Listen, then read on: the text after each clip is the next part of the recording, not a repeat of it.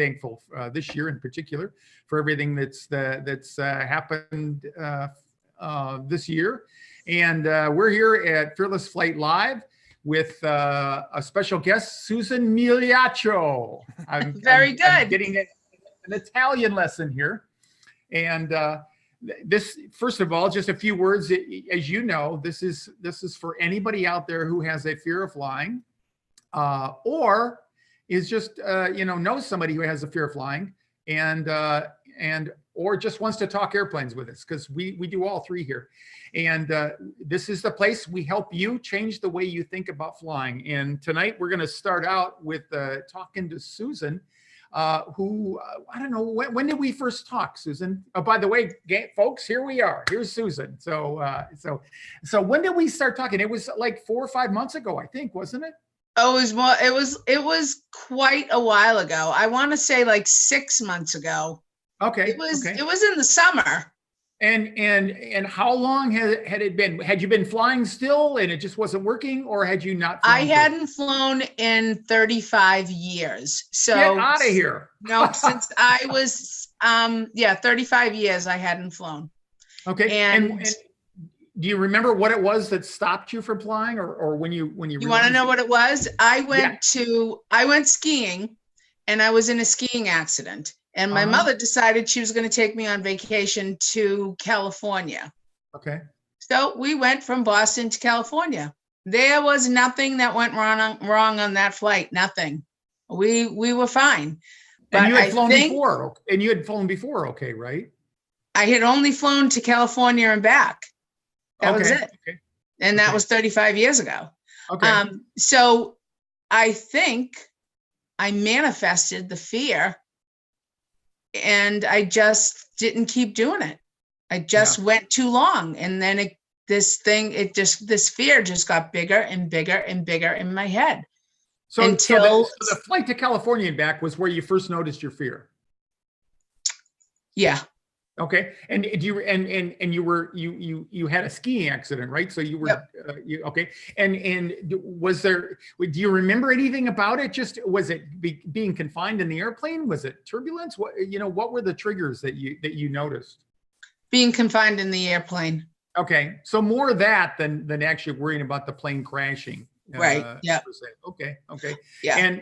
And so when you got done with that, if I understood correctly, you just said, I don't think so, not so much. Yep. And it just kept putting distance between that and the flight. Okay. And missed out on a lot. Okay. Now we're coming up to what? About 2 months ago, you went to Orlando? A month ago? Okay.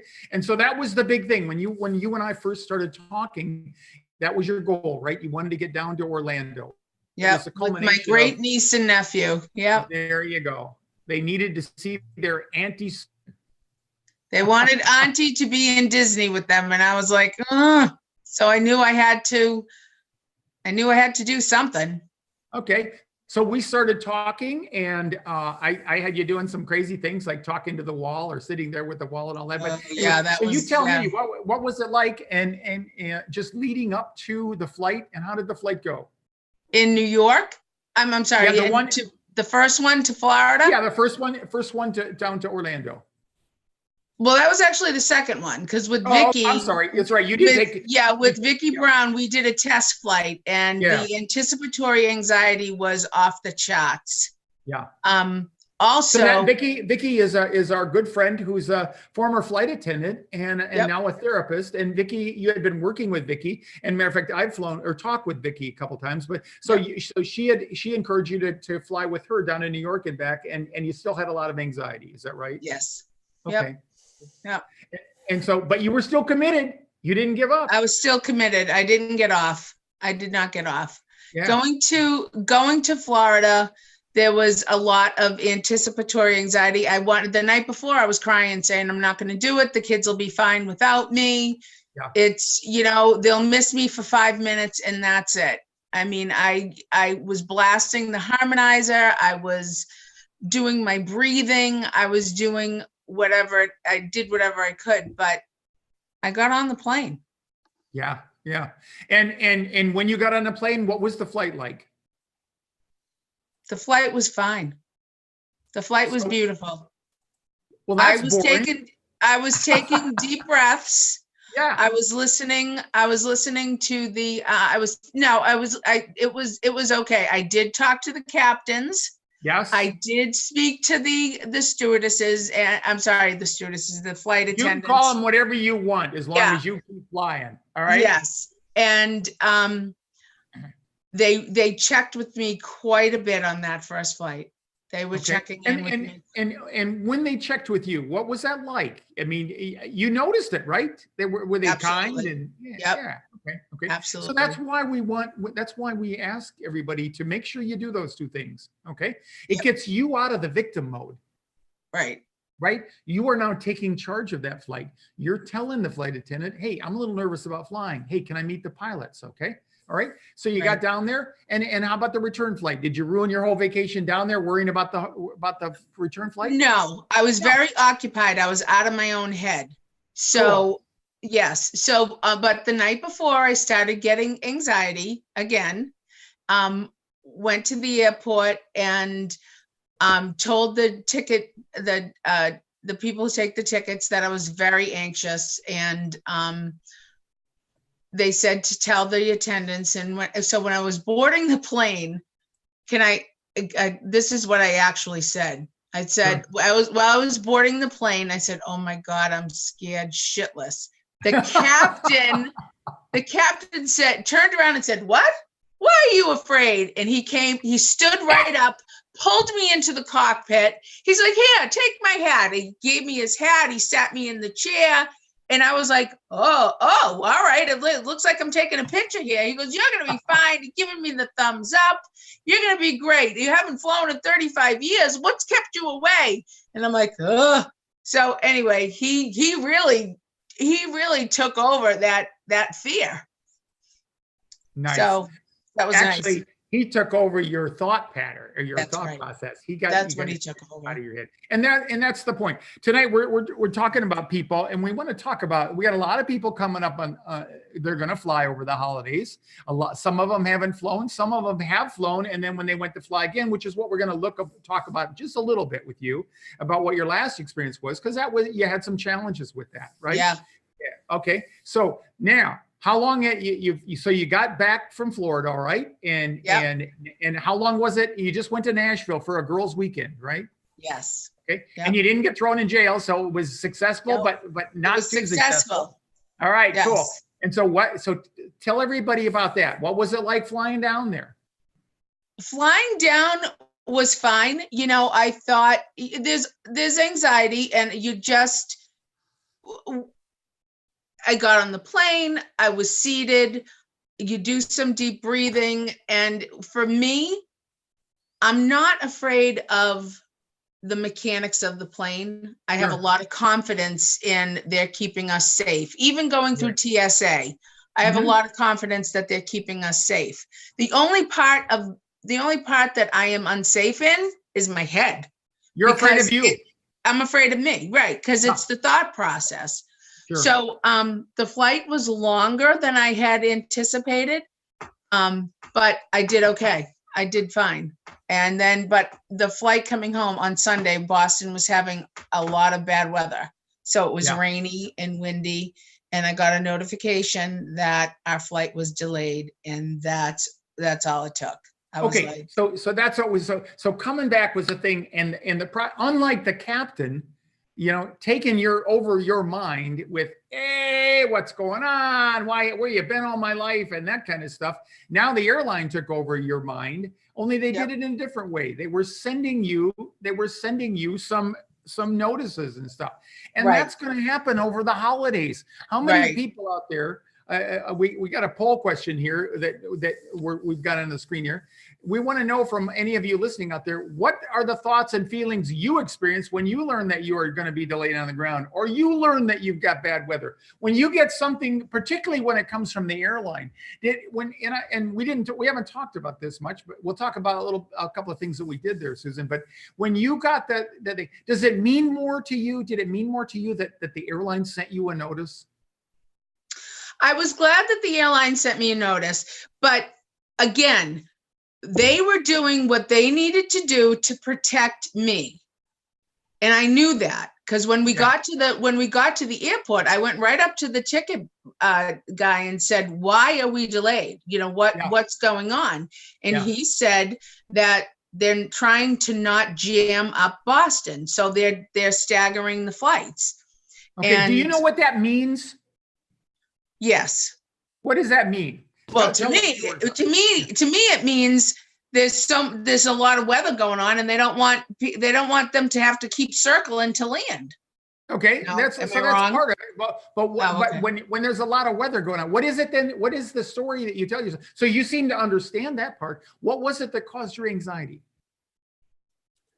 The part that caused it was like it was very cut and dry. This is the time I was going to the airport. This is what I was going to get on the plane. And now I'm stuck at the airport waiting, and that anxiety is building. It's building. So let me ask you this. Here's what I hear in you and a lot of people like this, okay? When they messed with your plans and your timetable, that did it for you. Yeah. Okay. So what is it about that? Well, I mean, because that a lot of people are going to identify with that, but I'm here to tell you that has nothing to do with the airplane. Oh, I know. Tell my brain that.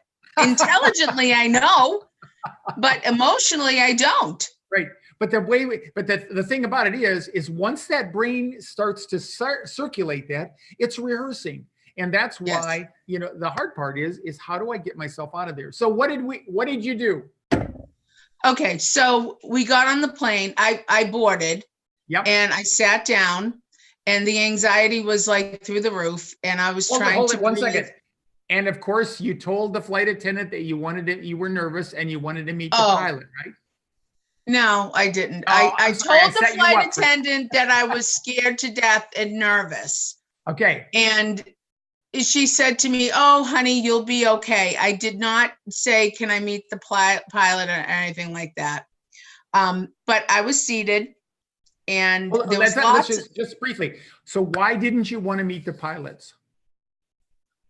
I think I was too. I was too hyper focused on the anxiety. Could you go, if you would go back, or the next time that happens, would you do that? Even if you think you're hyper focused? Absolutely. Okay. Keep going. I will definitely do that. Can you see that as a breaking point?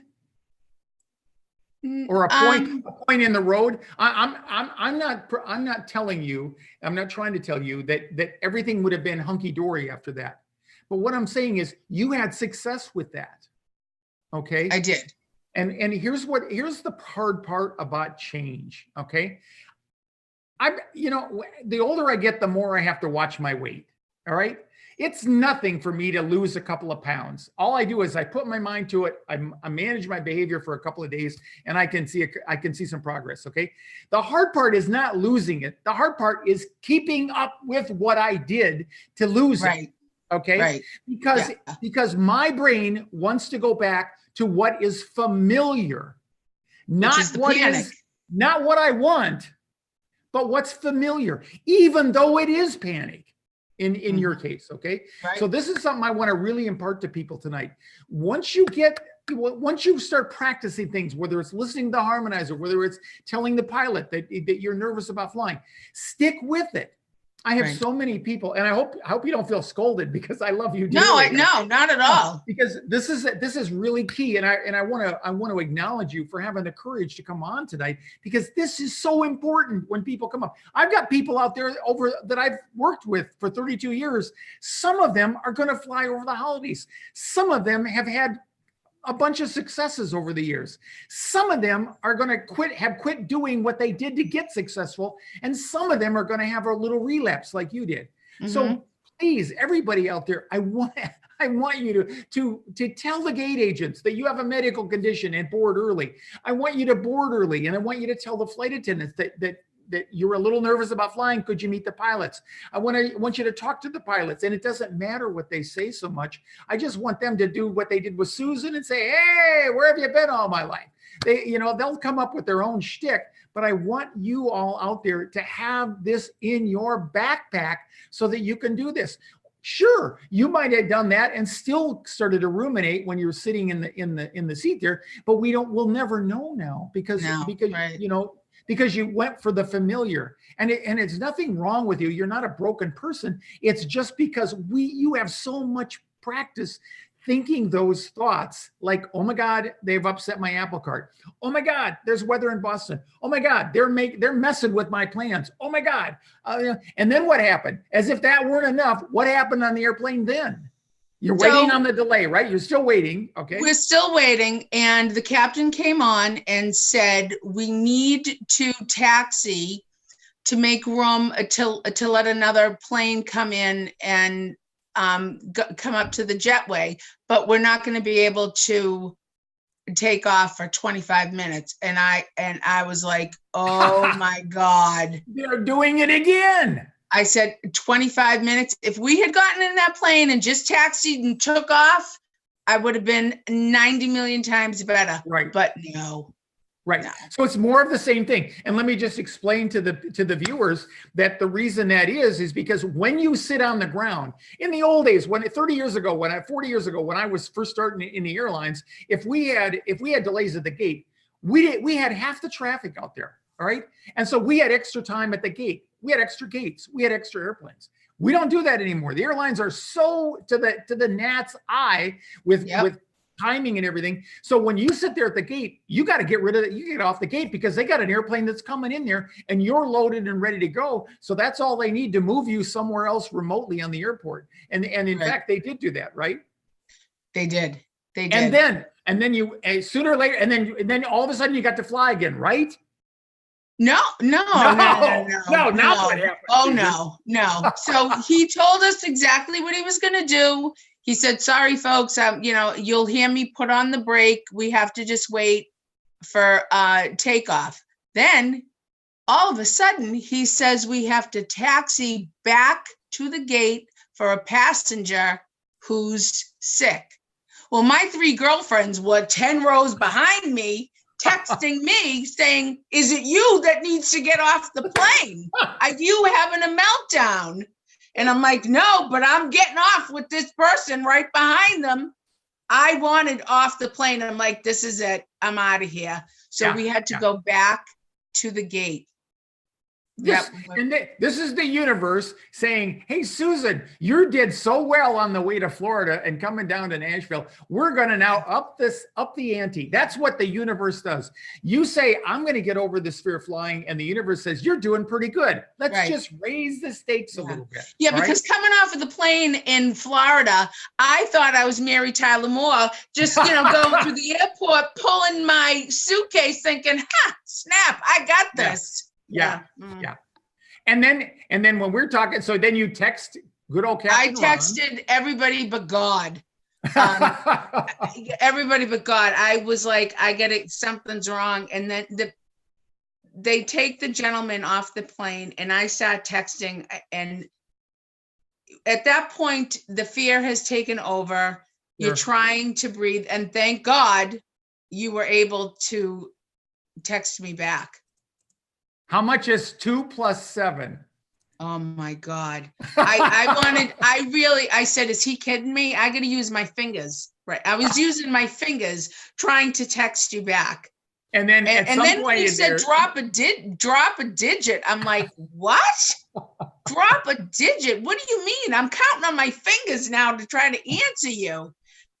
And before I knew it, we were taxiing back. And the priceless part for me was you said something to the effect is, you're trying to get me to think about something else, aren't you? Yeah.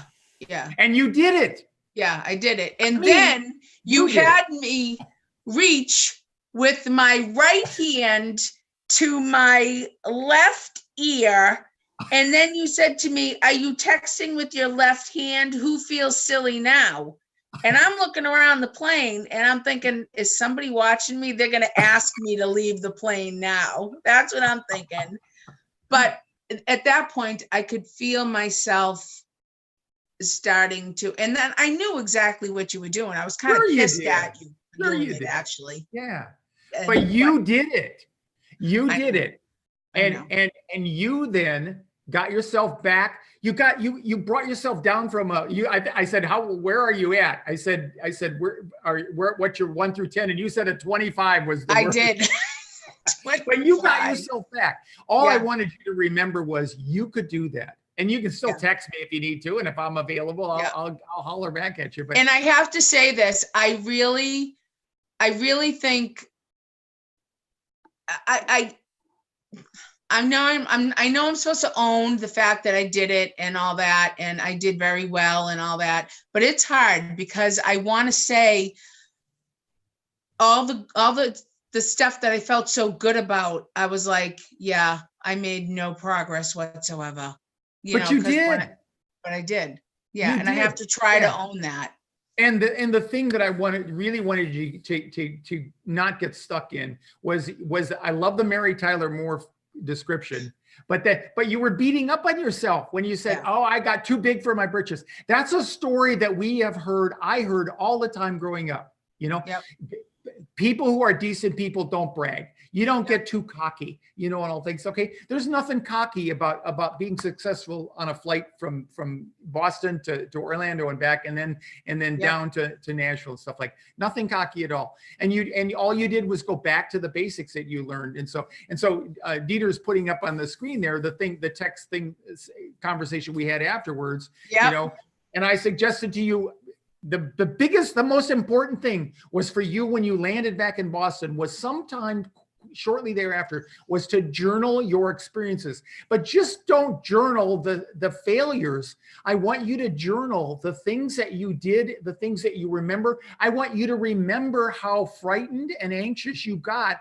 And then I want you to remember how good you got after that. Does that make sense? Yes. Makes perfect Because we sense. want And by you the to- way, there was turbulence. Of course it was. There was turbulence. And But you to can me, eat turbulence for breakfast. right.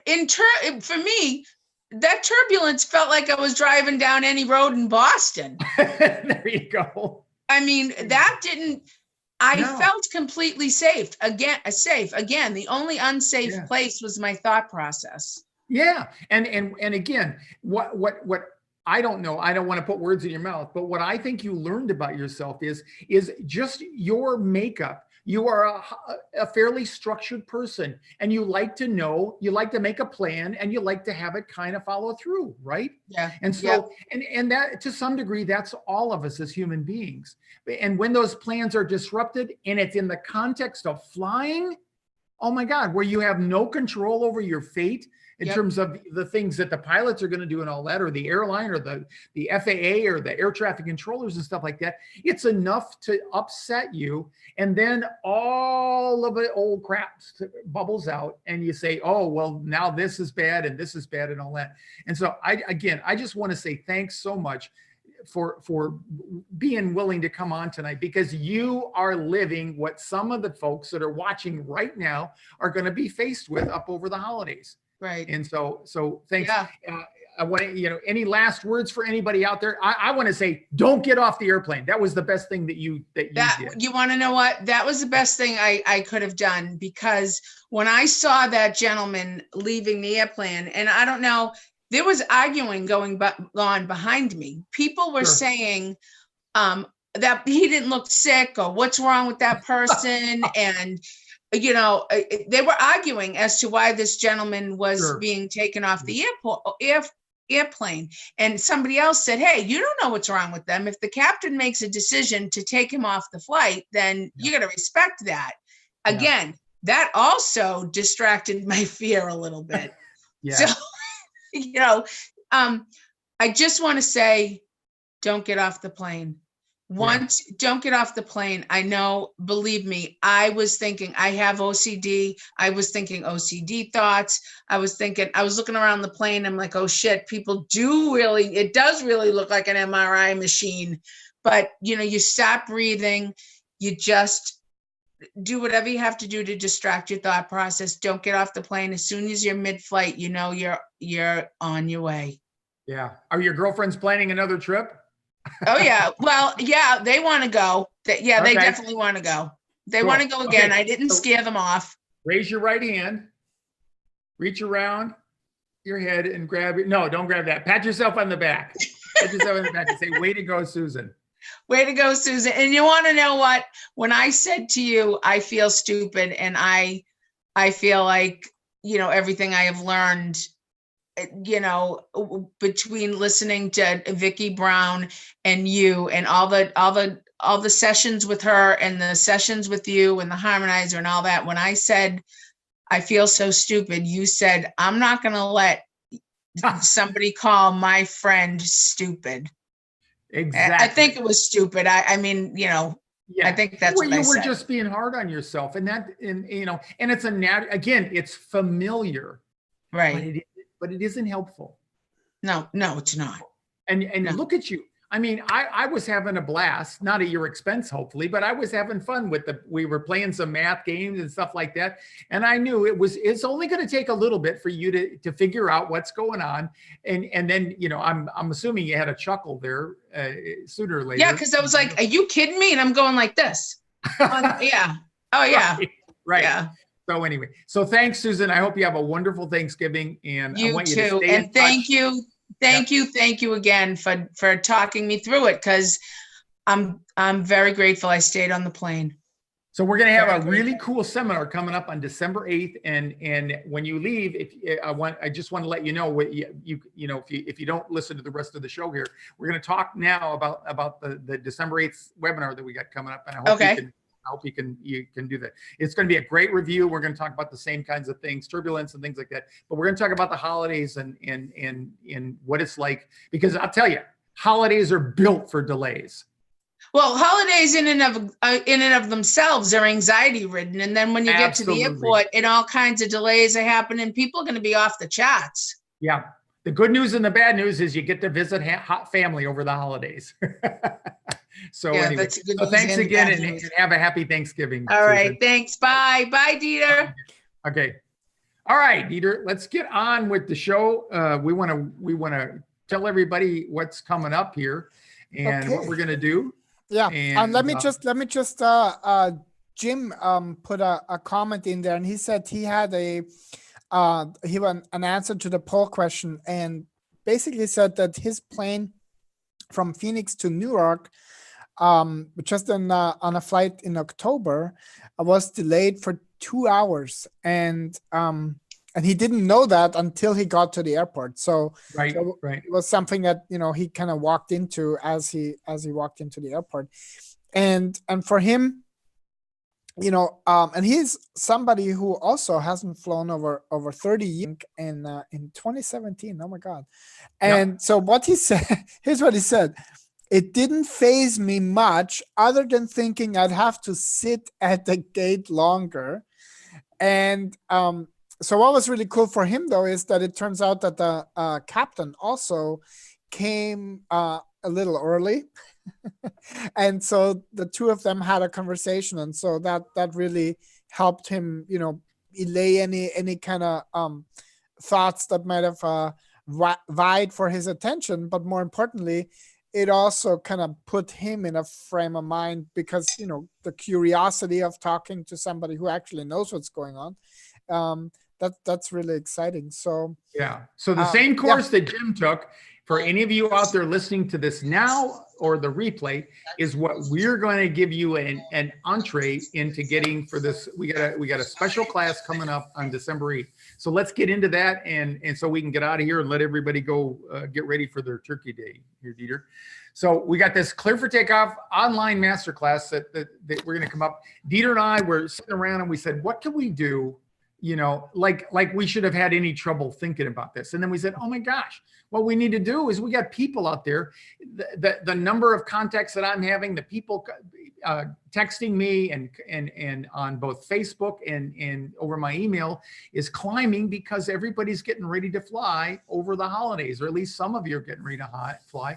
And of course, it's going to bring up the anxiety, just like it did for Susan.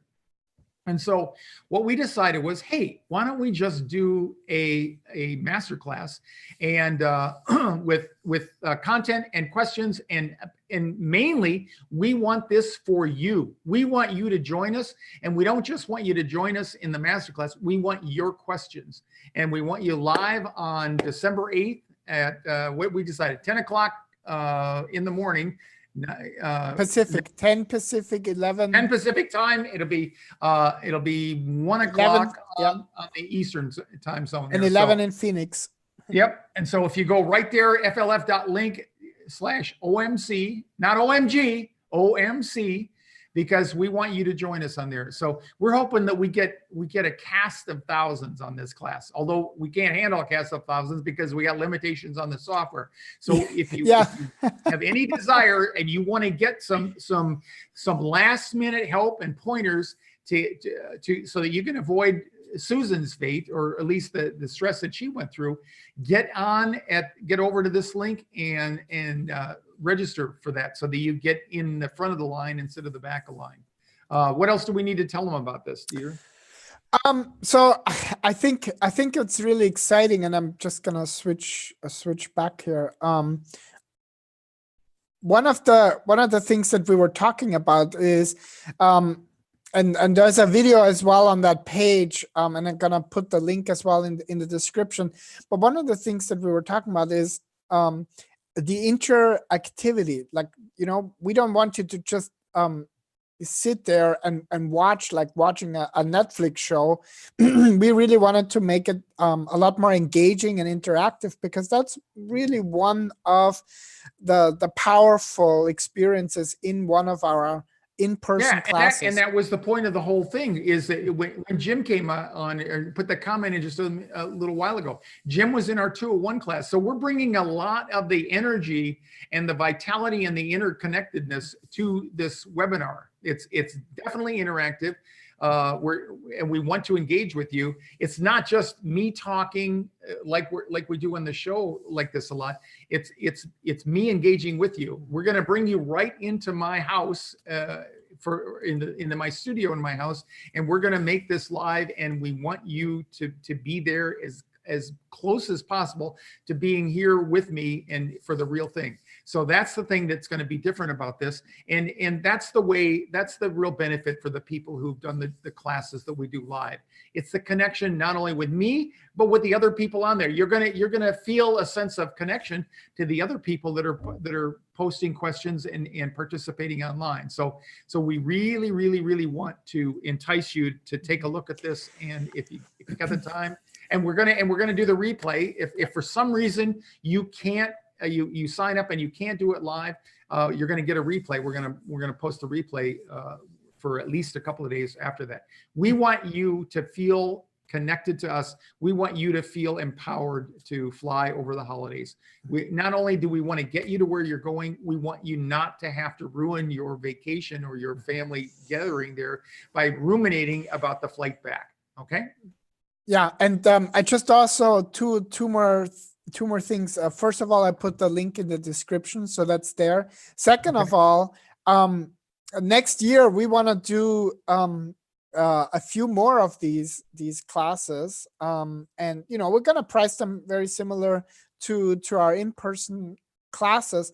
But for the holidays, because this was actually your 32nd year, Captain Ron, that you've been helping Fearful Flyers. So we thought, just for the hell of it, people are gonna pay $1 for every year that you gained experience. So there is a cost for it, and the cost is just $32, and that's symbolic for every year of your 32 years that we, kind of like get to enjoy all the fruits of your 3 decades plus experience. So that's one thing. And this is the thing of the future.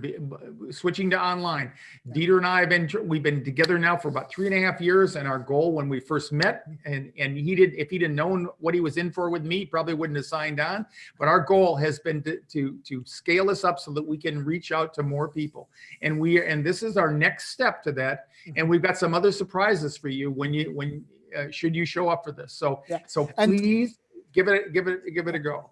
Yeah, last thing that I want to mention is we will invite a very, very small select audience to your studio in Tempe, Phoenix. So if you're watching this and you are anywhere reasonably close, when you are registering, when you're signing up for it, we will send you an email afterwards if you wanna attend or not as well. So that And is we're super bringing limited. Dieter down from Toronto. He's going to be here in the studio with me, so that we can meet the technical challenges here, because this is stepping up to the next level in a lot of ways for us. So anyway, all right. So I'm good to go. That's Are it. you That's okay? it. I want to thank Susan again for the courage to do this. It was really, really courageous of her to show up and share her experiences with us. She's a wonderful soul. She's typical of so many of you out there, and we do not want you to feel up the creek without a paddle, or in an airplane without a toolkit. So please consider coming back or joining us, not only next week for the show, but on December 8th there. And so again, thanks to you, Dieter, for all the help you've given me. I think you guys had your Thanksgiving last weekend, right? No, we had it in October. So Right, it's about a month before. So for us, it's one of those things where we get to celebrate twice, kind of thing. There you go. There you go. So, so we want to wish everybody out there a happy Thanksgiving this Thursday. Drive safely, stay alive, and keep coming back, because it works. Captain Eric wanted me to give you his greetings. He was flying again tonight. And so anyway, happy Thanksgiving, and come on back next week. All right. Good night, Bye-bye. everybody.